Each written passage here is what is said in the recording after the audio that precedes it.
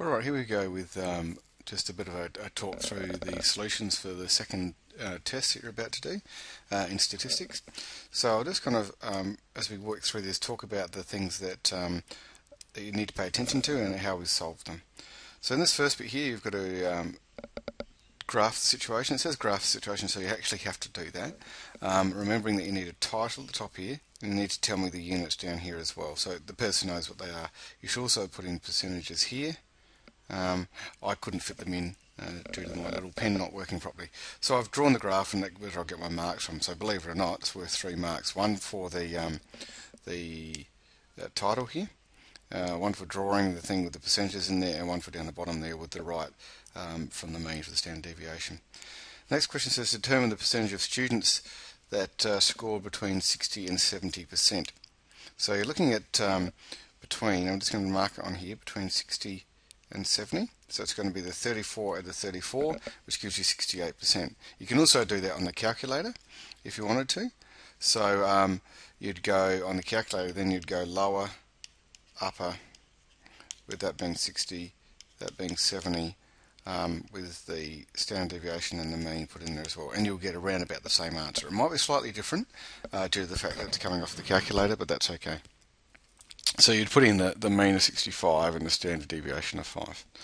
Okay, so I'm using all the information off the graph for my question. Determine the number of students who scored greater than 70. So once again, I look at my graph.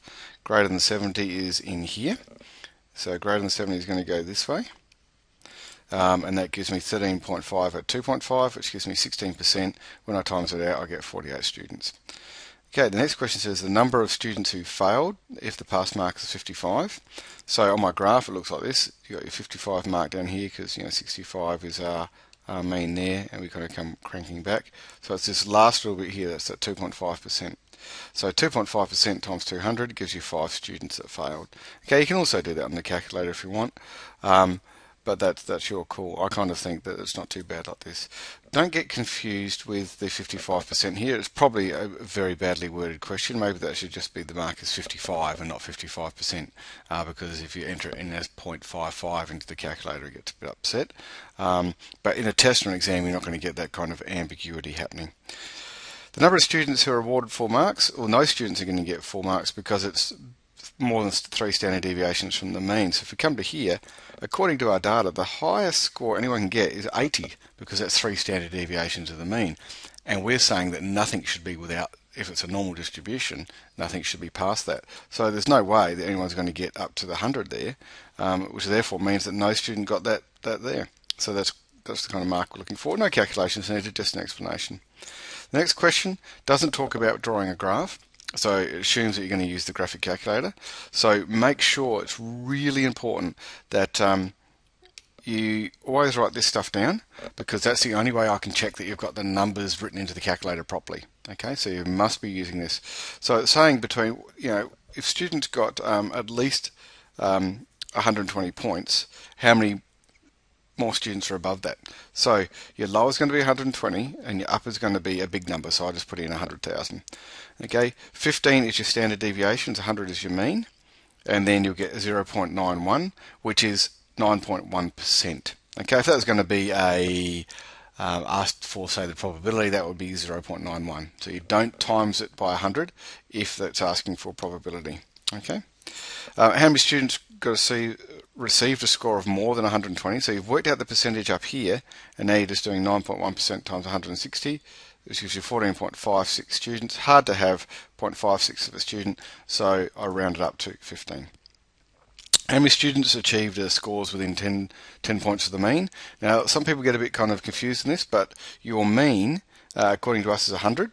So 10 points one way is 90, and 10 points the other way is 110.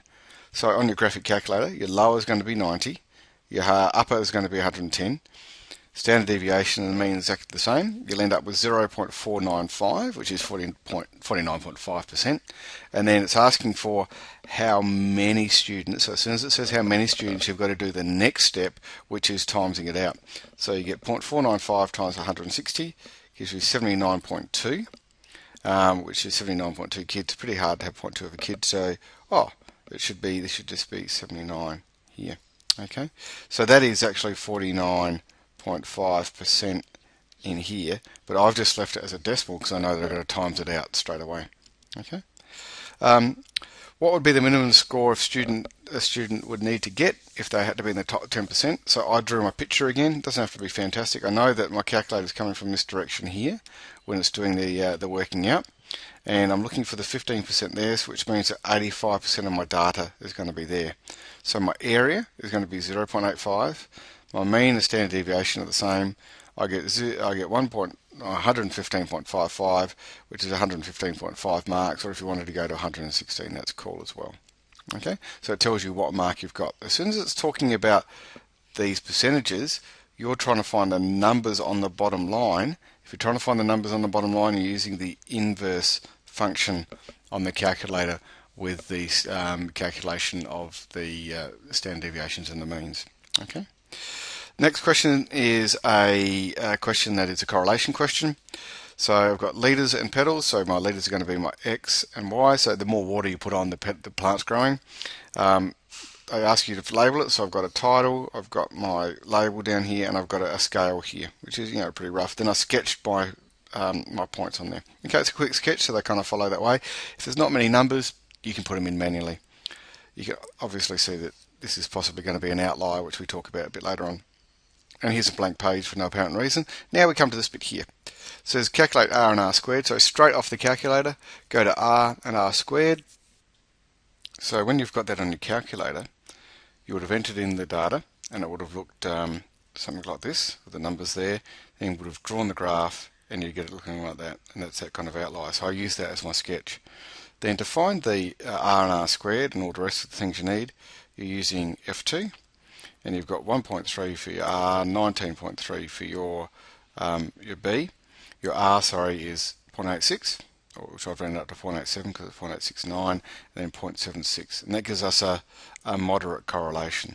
Okay, it's a moderate correlation there. Now, the line of least regressions, which is basically saying what is the line of best fit, and that comes from our A and B. So we've got 1.3, which is 1.3x, and then 19.3. So that's where you get your information from for this bit. So if you're not going to water any plants, how many petals would be on the sunflowers? Well, that would wipe out this bit altogether, because no water, and X is your water, so it would be Y equals 19.3, so you'd have 19.3 petals. Now, the next question is it a valid answer? Well, you've got to think about the answer you're getting. Is that if you put no water on a plant, it will probably die. So if it's going to die, it's not going to have any petals, okay?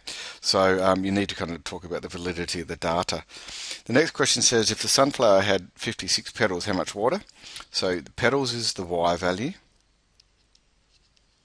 So all I've done here is then gone into put 56 instead of Y, 1.3x add 19.3, gives you 1.3x add 56, add 19.3, sorry.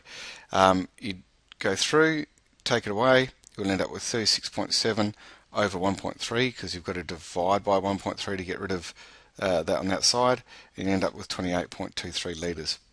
Okay, so it's just a substitution and rearrangement of the formula. She reckons there's a problem with it, and you reckon it is too. So when you look at the data, you can see that you get your line of best fit sitting in there, and that's that bit of data there. So she says, okay, let's see if we can get rid of it.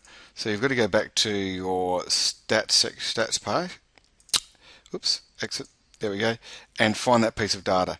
Now, it's the piece of data that is 60 and then 173 because it's way away. So you just go delete, and then you must come across here and take out the next one as well. Then we can draw it again. Oh, that looks a bit better. Calculate it all over again, and you can find out that we have actually got a better correlation now. Well, it's nearly a perfect one. So we come back to here. We've removed the outlier. What's the R and R squared? So our R becomes 0.98 and our R squared becomes 0.97. Makes it a very strong correlation. Okay, and then it says, is it good to use this data for extrapolation? So can we keep on measuring stuff? Now you've got to think about it again. If you keep on putting more and more water on it, they'll come to a certain place where the plant actually can't physically have any more leaves. That's the first bit. And the second part is, you're probably going to get to the stage where you're probably going to kill the plant anyway, because if you put too much water on it, you'll probably get root rot and or die. So you've got to think about those things in terms of the extrapolation. Even though the correlation is really strong, in reality, when you start putting it into a real life situation, you may not be able to keep on watering like that. Cool. And that's basically it. Good luck.